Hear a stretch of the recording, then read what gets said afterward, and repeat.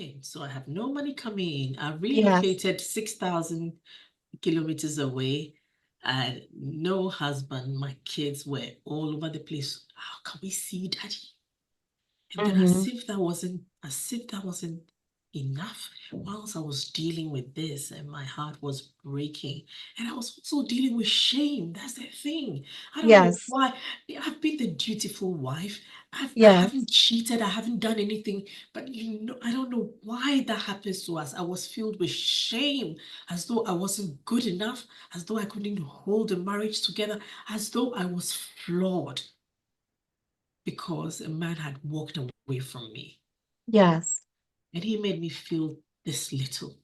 And Mm. I lost all of my self-worth. Mm-hmm. And then, not too long after,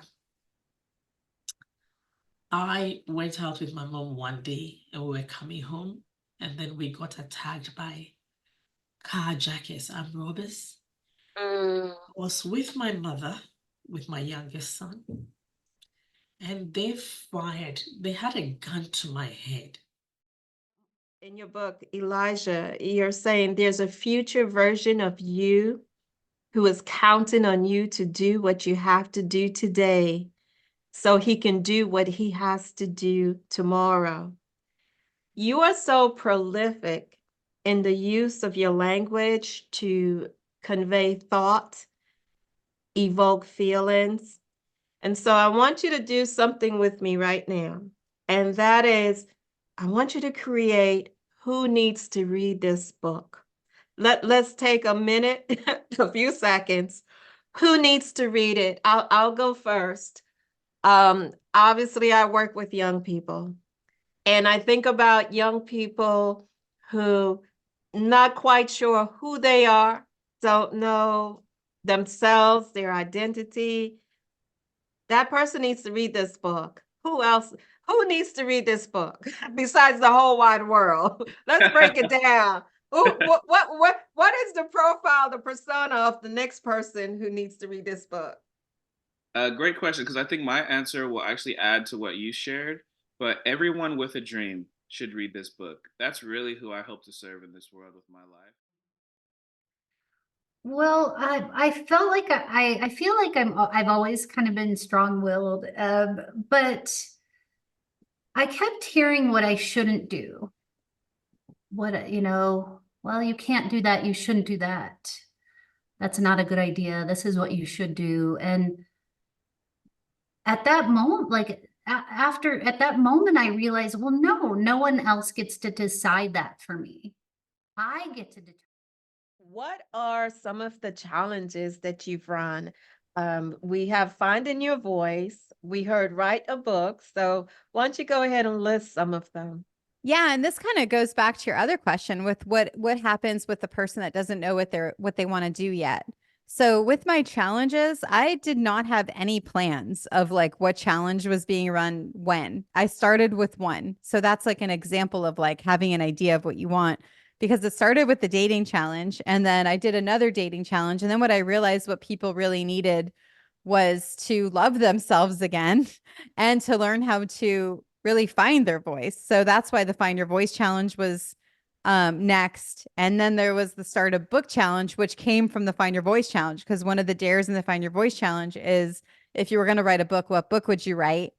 And then someone in that challenge, Pamela Nichols, she has the podcast Healing Words. She's amazing. I don't know if you met her yet, but you guys should definitely connect. Absolutely. She was like, oh, I'm an author. I can help you run this challenge. So I hadn't even been planning on writing. Comes to public education because because there are so many aspects of it that may not necessarily be in the benefit of students or the benefit of families, that you actually do need truth sayers. You need people who are going to speak truth to power to address what some of the fundamental issues are on a local level. And so what does social justice mean to me? it it goes back to this idea of I am a very, very fortunate individual who, because of a decision my parents made, I didn't grow up in abject poverty. Mm-hmm. Mm-hmm. And so the lesson I took from that is that, listen, am I the richest man in the world? No. but I could have been living in the poorest country in the Western Hemisphere. And so I will take this existence that I have right now over anything else.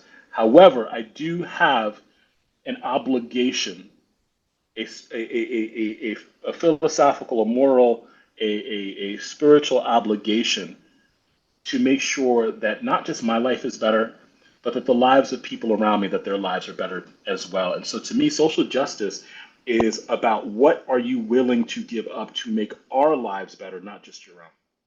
Ubuntu. In the streets and not serving time is like a slap in the face every single day.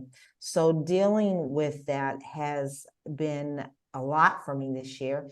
And I had so many other plans for this year, but God saw fit for me to have to deal and come to terms with some things and to see how I can be the best advocate for not drinking and driving. So every day is a new adventure for me. I literally wake up every day not exactly knowing how I'm going to feel. Today I had a crying spell because I just realized that, oh God, Azure's birthday's coming up.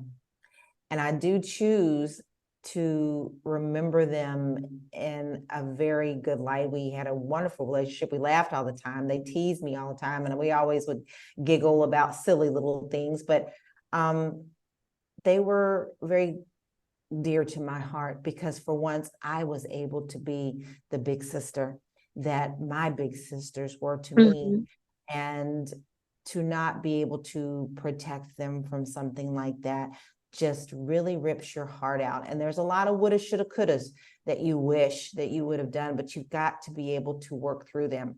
And I'm not going to say that I'm nearly at the point where I'm okay with this.